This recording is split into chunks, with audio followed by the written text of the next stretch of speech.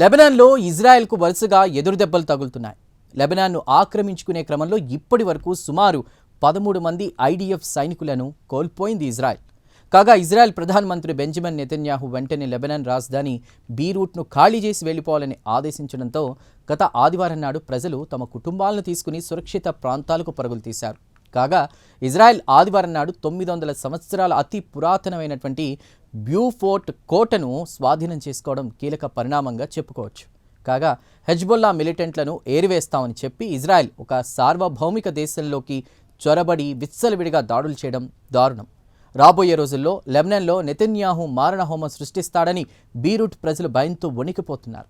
ఇక హెజ్బొల్లా మిలిటెంట్లు కూడా ఎక్కడా తగ్గకుండా ఇజ్రాయెల్పై డ్రోన్లతో దాడులు చేస్తూ ఐడిఎఫ్కు చుక్కలు చూపిస్తున్నారు.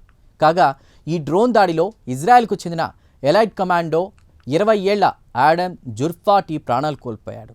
కాగా 2.5 దశాబ్దాల తర్వాత మొట్టమొదటిగా ఈ ఏడాది ఇక ఇజ్రాయెల్ లెబనాన్లోకి చొచ్చుకొచ్చింది. దీంతో లెబనీస్ భూభాగంలో ఇజ్రాయెల్ దీర్ఘకాలం పాటు తిష్టవేసే అవకాశాలు ఎక్కువగా ఉన్నాయన్న టాక్ వినిపిస్తోంది. ఆ వివరాలు ఇప్పుడు చూద్దాం.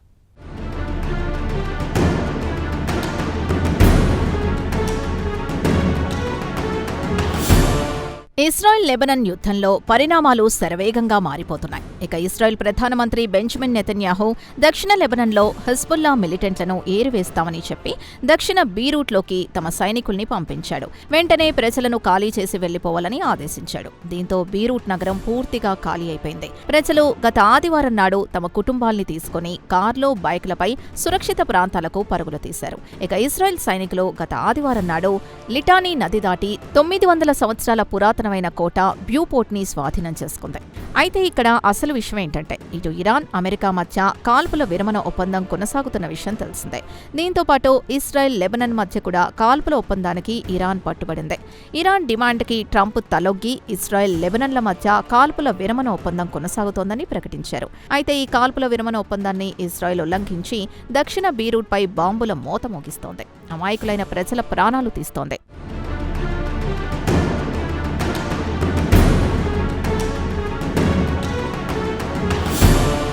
అయితే దక్షిణ బీరూట్ నుంచి హెజ్బొల్లా ఫైటర్లు ఇజ్రాయెల్కి చెందిన ఐడిఎఫ్కు చుక్కలు చూపిస్తోంది. ఇక హెజ్బొల్లా కూడా తన యుద్ధ తంత్రాన్ని మార్చింది. వెనుక ఇరాన్ మద్దతు ఉండడంతో మరింత రెచ్చిపోయి రాత్రిపూట ఇజ్రాయెల్పై అత్యంత ప్రమాదకరమైన డ్రోన్లను ప్రయోగిస్తోంది. దీంతో ఇజ్రాయెల్ వైపు ప్రాణ నష్టం ఎక్కువగా ఉంది.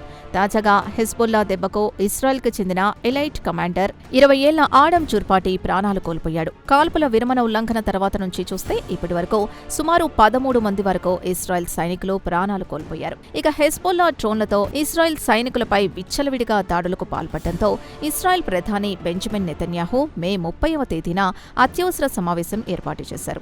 కాగా హెజ్బొల్లా నుంచి వచ్చిన దాడుల్ని ఇజ్రాయెల్కు చెందిన ఐడిఎఫ్ విజయవంతంగా తిప్పికొట్టలేకపోయింది. ఇక హెజ్బొల్లా రాత్రిపూట ప్రయోగించే డ్రోన్ల విషయానికి వస్తాయి. చాలా చిన్నవిగా ఉంటాయి. కేటగిరీ 1, కేటగిరీ 2 డ్రోన్లుగా వాటిని విభజిస్తారని డిఫెన్స్ రంగానికి చెందిన నిపుణులు ఒకరు చెప్పారు.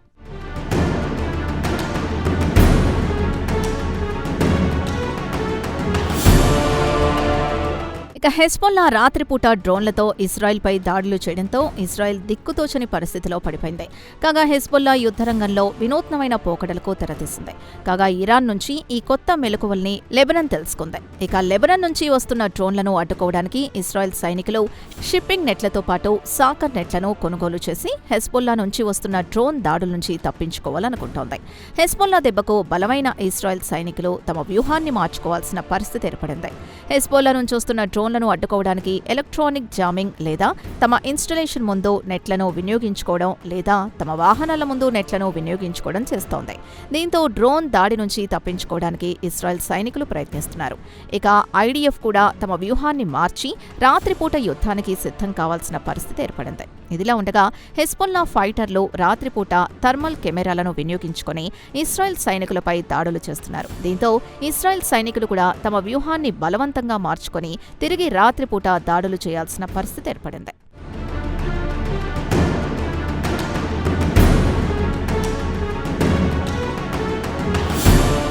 ఇక గత శనివారం నాడు హెజ్బొల్లా నుంచి రాకెట్లతో పాటు డ్రోన్లతో విచ్చలవిడిగా దాడులు చేయడంతో నెతన్యాహు అప్రమత్తమయ్యారు.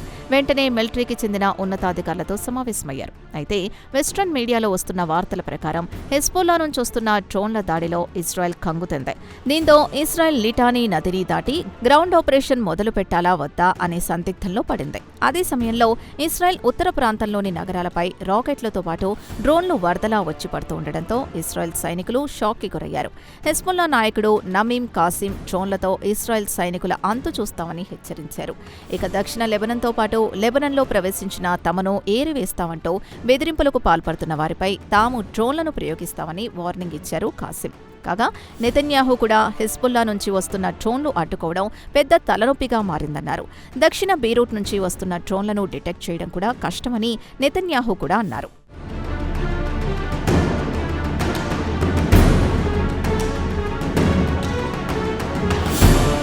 అయితే కొత్త రకం డ్రోన్లు ఎవరు సరఫరా చేస్తున్నారనే విషయం ఇప్పటికీ సస్పెన్స్గా ఉంది. కాగా హెజ్బొల్లాకు ఈ టెక్నాలజీ ఎవరో అందిస్తున్నారని ఇజ్రాయెల్ ఆందోళన చెందుతోంది. కాగా కొత్త రకం డ్రోన్లు వయా ఇరాన్ లేదా చైనా, రష్యా లేదా ఆఫ్ఘనిస్తాన్ నుంచి కొనుగోలు చేసి ఉండవచ్చు, లేదా బ్లాక్ మార్కెట్ నుంచి కొనుగోలు చేసి ఉండవచ్చు, లేదంటే ఎవరైనా కొనుగోలు చేసి హెజ్బొల్లాకు పెద్ద సంఖ్యలో అందిస్తున్నట్లు ఇజ్రాయెల్ అనుమానపడుతోంది. ఇదిలా ఉండగా పాక్షిక కాల్పుల విరమణ ప్లాన్ని అమెరికా ముందుంచిన దక్షిణ లెబనాన్లో ఇజ్రాయెల్కి హెజ్బొల్లాకు మధ్య కాల్పులు ఎదురు కాల్పులు జరుగుతున్నాయి. అయితే ట్రంప్ సోమవారం నాడు ఇటు ఇజ్రాయెల్తో పాటు లెబనాన్తో చర్చలు జరిపి వెంటనే కాల్పుల్ని ఆపాలని కోరారు. కాగా అంతకుముందు ఇరాన్ అమెరికాను హెచ్చరిస్తూ ఒకవేళ ఇజ్రాయెల్ లెబనాన్పై దాడులు ఆపకపోతే అమెరికా ఇరాన్ల మధ్య కాల్పుల ఒప్పందం ఉల్లంఘిస్తామని హెచ్చరించింది. అయితే లెబనాన్ ప్రభుత్వం హెజ్బొల్లాను నచ్చజెప్పింది. దానికి వారు ఇజ్రాయెల్ బీరూట్పై దాడులు నిలిపివేస్తే తాము ఇజ్రాయెల్పై దాడులు నిలిపివేస్తామని షరతు విధించింది.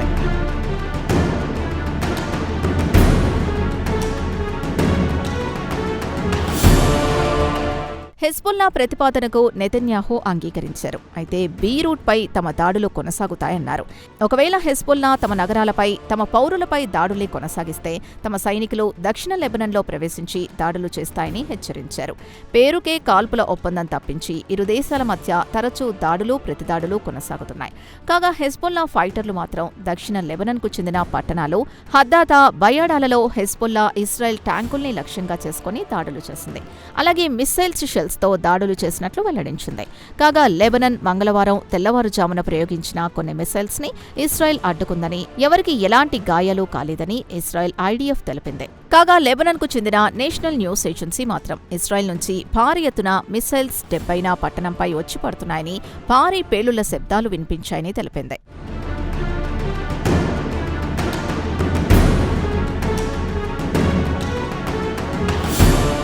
ఇదిలా ఉండగా లెబనాన్పై ఇజ్రాయెల్ విచ్చలవిడిగా దాడులు చేస్తే అమెరికాతో తాము పరోక్షంగా కూడా సంప్రదింపులు జరపమని తేల్చి చెప్పింది. దీంతో ట్రంప్ కాస్త దిగొచ్చి తాను నెతన్యాహుతో పాటు హెజ్బొల్లా ప్రతినిధులతో మాట్లాడానని ట్రూత్లో ఒక పోస్ట్ పెట్టాడు. నెతన్యాహుతో మాట్లాడా, ఒకవేళ సైనికులు లెబనాన్లో ప్రవేశిస్తే వారిని వెంటనే వెనక్కి రప్పిస్తామని ట్రంప్ హామీ ఇచ్చారు. కాగా అమెరికా, ఇజ్రాయెల్, ఇరాన్ యుద్ధంలో మార్చి 2వ తేదీ నుంచి లెబనాన్ కూడా ఎంట్రీ ఇచ్చింది. హెజ్బొల్లా మిలిటెంట్లు Iran supreme leader Ayatollah Ali Khamenei మృతికి ప్రతీకారంగా ఉత్తర ఇజ్రాయెల్పై రాకెట్లతో విరుచుకుపడింది. కాగా యుద్ధం మొదలైన తర్వాత నుంచి ఇజ్రాయెల్ సుమారు 3,433 మంది లెబనాన్ పౌరుల్ని చంపింది. కాగా తాజాగా ఇజ్రాయెల్ హెజ్బొల్లా మిలిటెంట్లను పూర్తిగా తుడిచిపెడతామని అంటోంది. కానీ ప్రస్తుతం హెజ్బొల్లా మిలిటెంట్లు ఇజ్రాయెల్ని అడుగడుగునా అడ్డుకుంటున్నారు. నెతన్యాహుకు చుక్కలు చూపిస్తున్నారు. మరి ట్రంప్ మాటను ఇటు ఇజ్రాయెల్, అటు హెజ్బొల్లా మిలిటెంట్లు వింటారా అనేది అసలు ప్రశ్న.